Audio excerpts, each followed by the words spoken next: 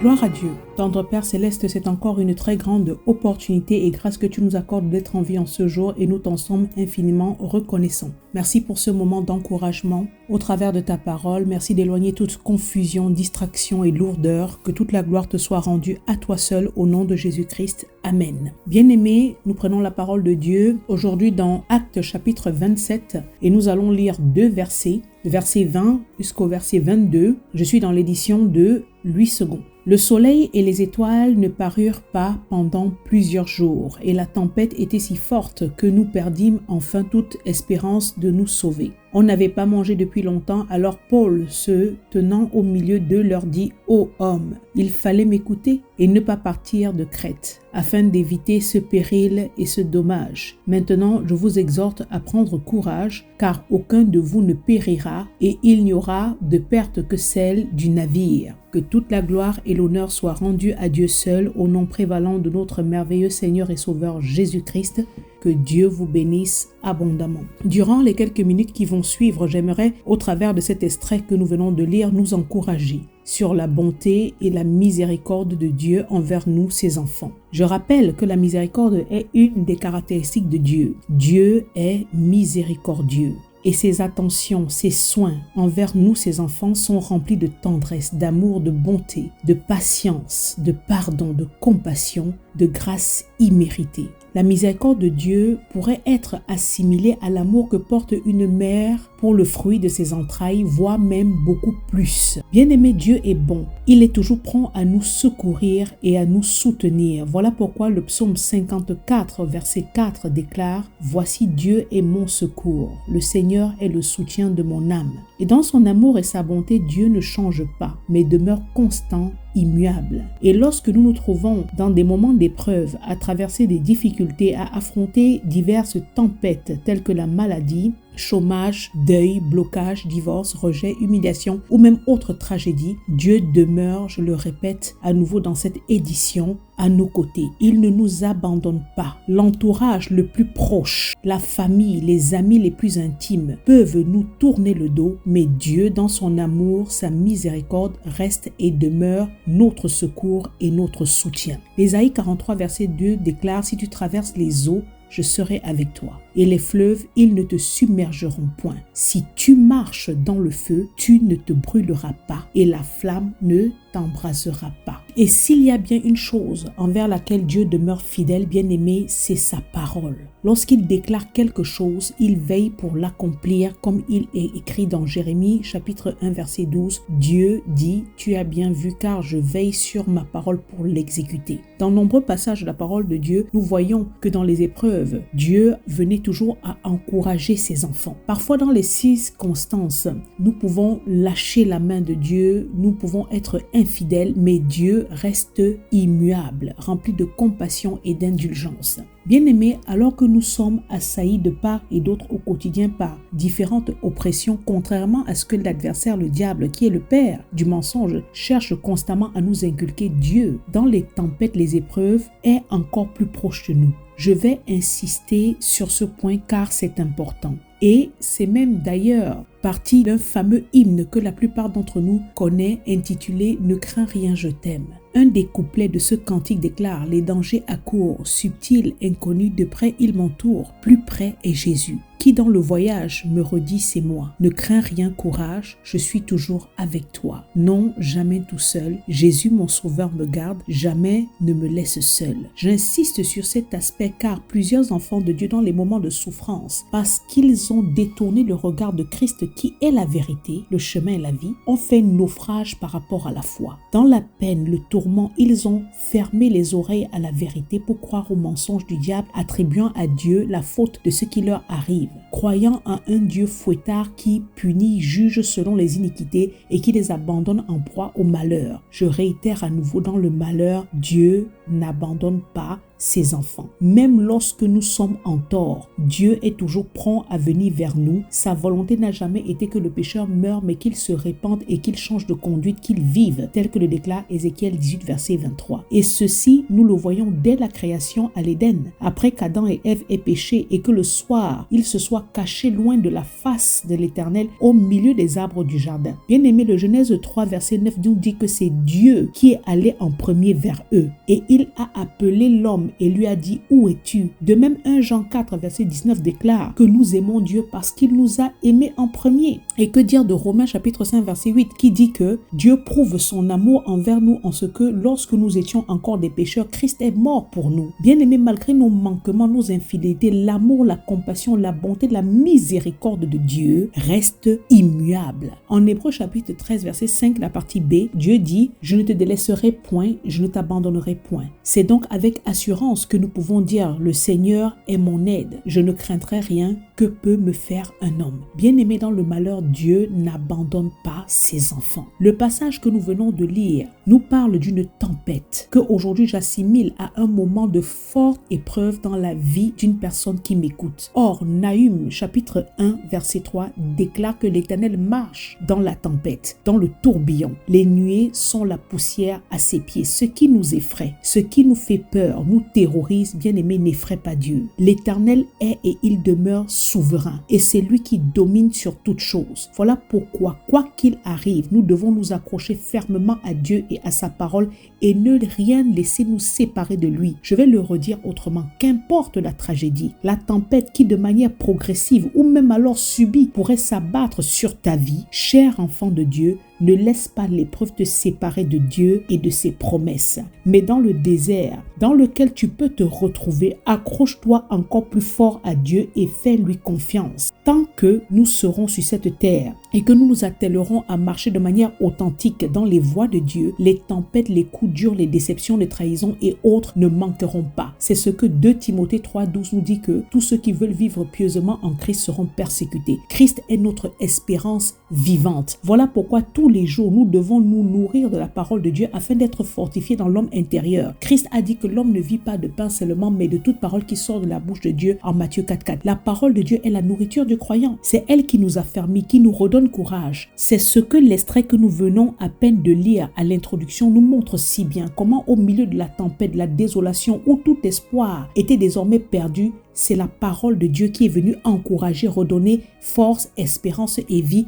à tout un équipage. David, le roi David, jadis, célébrant la joie que procure la communion avec Dieu dans le psaume 16, malgré le péril, la menace vécue dans le désert, pendant qu'il rencontrait de l'opposition au cours de son règne, David, cet homme de combat, avait appris à connaître Dieu par expérience et à se confier en lui. Il restait convaincu qu'il pouvait placer sa confiance, sa foi en Dieu. Face à la mort, face au danger, David avait appris à s'appuyer sur l'Éternel et à faire de lui son refuge, son abri, son asile. Et il dit dans le psaume 16, du verset 1 à 2, « Garde-moi, ô Dieu, car je cherche en toi mon refuge. Je dis à l'Éternel, tu es mon Seigneur, tu es mon souverain bien. » Dans toutes les luttes et les combats que pouvait endurer cet homme selon le cœur de Dieu, il continuait constamment à proclamer que ce n'est qu'en Dieu seul que se trouve sa confiance. Seigneur, tu es mon souverain bien. Bien-aimé, en ces périodes et temps difficiles où le monde va de travers, où nous sommes encerclés par tout genre d'abominations, que le système de ce monde pervers et corrompu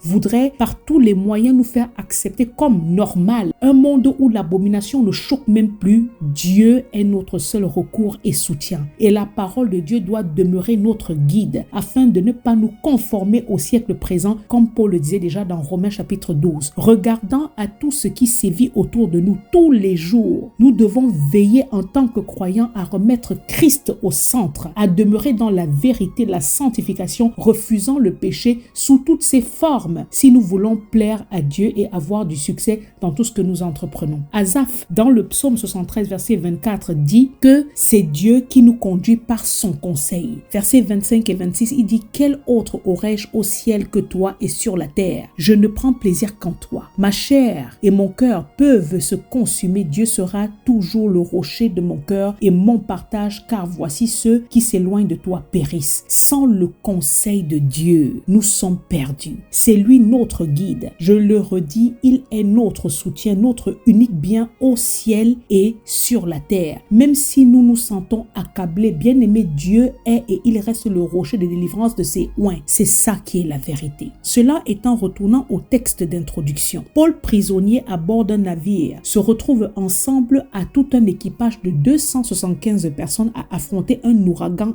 impitoyable, violent Eurachilion. Une tempête tellement dangereuse qui faillit leur coûter la vie. Comme je l'ai mentionné tout à l'heure, il nous arrive à tous, à un moment ou à un autre, en tant qu'individu, d'affronter différentes tempêtes, défis de différentes intensités dans la vie. J'entends par là des moments difficiles où pendant plusieurs jours on broie du noir, où tout devient sombre, obscur et ténébreux. On a beau fouiller humainement où se trouve la solution, l'issue, on se sent impuissant, la tempête fait rage. Semblable à ce que physiquement vivait cet équipage, comme il est dit dans le verset 20 que le soleil et les étoiles ne parurent pas pendant plusieurs jours. Je mentionne pour notre gouverne que dans la navigation, pour les marins, les éléments tels que le soleil et les étoiles sont très importantes parce qu'ils facilitent la navigation et ils permettent l'orientation, la guidance et autres. Or, cette tempête Eurachilion empêchait, obscurcissait le ciel, empêchant la lumière, le soleil, les étoiles de paraître.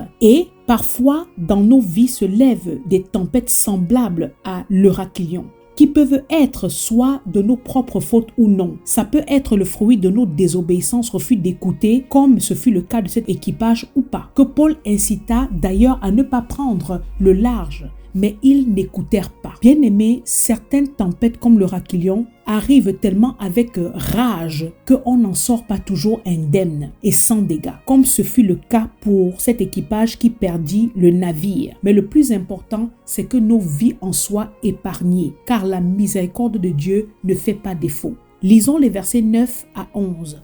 Il est dit ceci: un temps assez long s'était écoulé et la navigation devenait dangereuse car l'époque même du jeûne était déjà passée. C'est pourquoi Paul avertit les autres en disant: ô hommes, je vois que la navigation ne se fera pas sans péril et sans beaucoup de dommages, non seulement pour la cargaison et pour le reste du navire, mais encore pour nos personnes. Le centenier écouta le pilote et le patron du navire plutôt que les paroles de Paul. Bien-aimés, comme ces versets nous le disent, Dieu, au travers de son serviteur Paul, avait averti l'équipage de ne pas entreprendre cette navigation, mais ils n'écoutèrent pas. Combien de fois les tempêtes se lèvent dans nos vies, des dégâts considérables à cause du refus d'écouter les avertissements de Dieu, à cause de la négligence, de l'endurcissement de cœur, de l'entêtement. La parole nous dit dans Job 33 verset 14 que Dieu nous parle cependant tantôt d'une manière ou d'une autre et l'on n'y prend point garde. Bien-aimés, attention à l'endurcissement de cœur. Également attention à l'orgueil. La désobéissance entraîne des conséquences. Une personne entêtée se plaît à observer sa propre volonté plutôt que celle de Dieu, même quand les évidences sont tangibles. Paul alerta l'équipage, mais ils n'écoutèrent pas. En cette période froide, la poursuite du voyage était trop dangereuse. Paul, en tant qu'homme d'expérience, en plus d'être un homme spirituel, avertit l'équipage que la navigation était risquée. La poursuivant, on risquait de perdre à la fois la cargaison, le navire et même des vies humaines. Cependant, le pilote et le patron du bateau refusèrent de l'écouter. Attention aux détails. Comme je l'ai dit tout à l'heure, Dieu nous parle de différentes manières. Le discernement, l'écoute de la voix de Dieu sont des éléments importants et cruciaux pour réussir nos passages sur la terre. Dieu, dans son omniscience, voit. Il sait, il entend tout ce que nous ne voyons pas, nous ne savons pas et nous n'entendons pas. Et de différentes manières, afin que nos vies soient épargnées, il cherche toujours à nous prévenir et à nous éviter le pire. Marchons selon l'esprit et nous n'accomplirons pas les désirs de la chair, tel qu'il est dit dans Galates 5, verset 16. Mais comme annoncé dès l'introduction, Dieu dans sa miséricorde, parfois nonobstant nos erreurs, nos entêtements, les refus de se plier à sa parole, fidèle à lui-même, il reste bon, patient et amour. Au cœur des tempêtes, même lorsque elles ont été occasionnées par nos propres fautes, nos indisciplines, nos désobéissances, mettez le mot que vous voulez, Dieu reste miséricordieux et a compassion de nous. Au cœur de l'épreuve, il ne veut pas que nous mourions, mais que nous apprenions quelque chose qui nous servira par la suite. Aussi, au cœur de l'épreuve, non seulement il ne nous abandonne pas, mais il se tient à nos côtés, il nous console et il pourvoit même le moyen d'en sortir, tel qu'il est dans 1 Corinthiens chapitre 10 verset 13. Et c'est ce que Paul fit dans ce passage face à la désolation, la terreur, l'angoisse, la perte de toute forme d'espérance de l'équipage qui était accablé, terrassé par la tempête, les vents forts, les vagues violentes qui sévissaient désormais depuis plusieurs jours, les plongeant dans l'obscurité totale. Bien-aimés, tous au sein de ce bateau avaient déjà perdu toute forme d'espérance de s'en sortir vivants. Voilà ce que procure l'oppression violente dans la vie d'un croyant. Quand l'adversaire trouve un accès quelconque, souvent c'est au travers de la désobéissance du péché.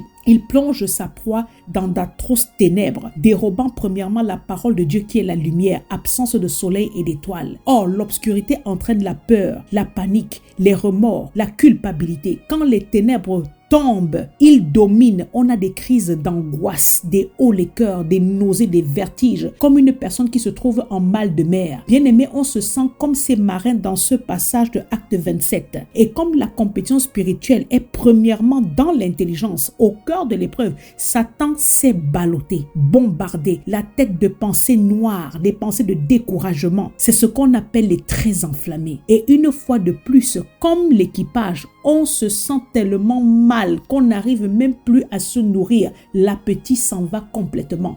Bien-aimé, Éphésiens 4, 27, Paul demande de ne pas donner accès au diable. Car le diable, c'est Satan, le voleur, qui ne vient que pour dérober, égorger et détruire. Jean 10, 10. Attention aux distractions environnantes, qui ne sont là que pour nous éloigner de Dieu et de sa parole. La distraction éteint la ferveur. C'est une arme diabolique très stratégique et surtout subtile, car on a même parfois l'impression de se détendre, ou alors d'être tellement fort occupé quotidiennement aux choses si importantes qu'on ne trouve pas forcément le temps pour Dieu. Or, je le répète, la parole est la nourriture qui fortifie, qui nourrit l'homme intérieur.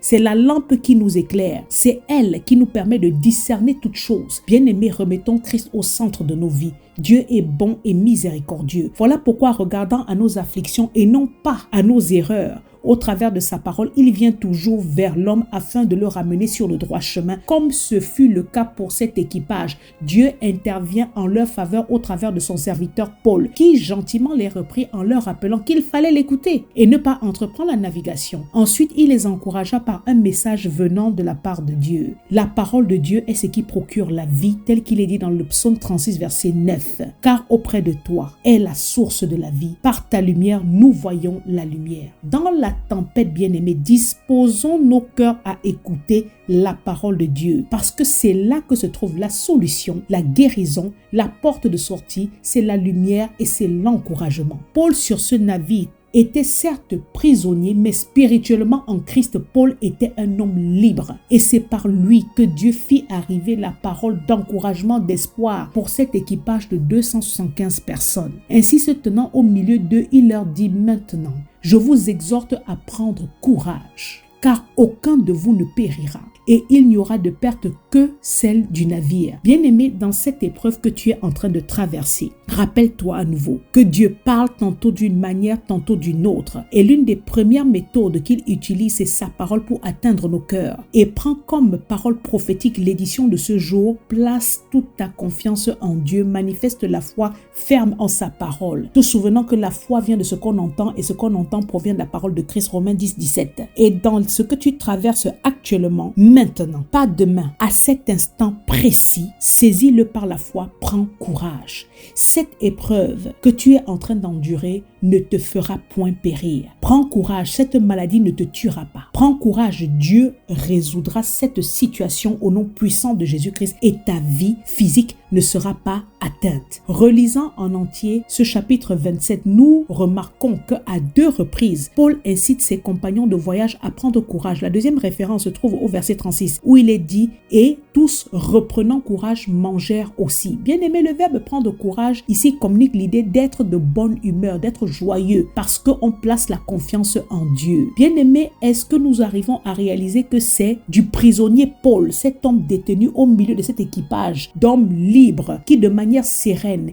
n'hésita pas à proclamer sa confiance en Dieu, encourageant également les autres, car il avait reçu de Dieu une promesse. Il savait que cette tempête Euraclion ne l'aurait pas tué et qu'il allait de toutes les manières comparaître devant César à Rome. Bien-aimé, la joie du croyant ne doit pas dépendre du statut physique, mais de Dieu. Paul, malgré les chaînes qui le liaient physiquement, savait d'être libre en Christ et son cœur était tourné vers les choses d'en haut. En guise de conclusion à cette édition, dans ce que tu traverses maintenant, bien-aimé, comme douleur et affliction, rappelle-toi que Dieu t'aime d'un amour inconditionnel. Dans l'épreuve, il est beaucoup plus proche de toi que tu ne le penses. Dans sa miséricorde et compassion, il souhaite t'affranchir de toute forme de culpabilité et remords. Souviens-toi que Christ a donné sa vie par amour pour toi. Malgré tes fautes, tes iniquités, si tu te disposes à retourner à Dieu, Dieu est toujours prêt à te recueillir entre ses mains, te pardonner. Oui, tu te trouves peut-être dans une situation fâcheuse actuellement, comme c'était le cas de cet équipage pour n'avoir pas écouté le conseil juste. Mais Dieu, au travers de sa parole, vient à toi et te dit: prends courage, tu ne mourras pas.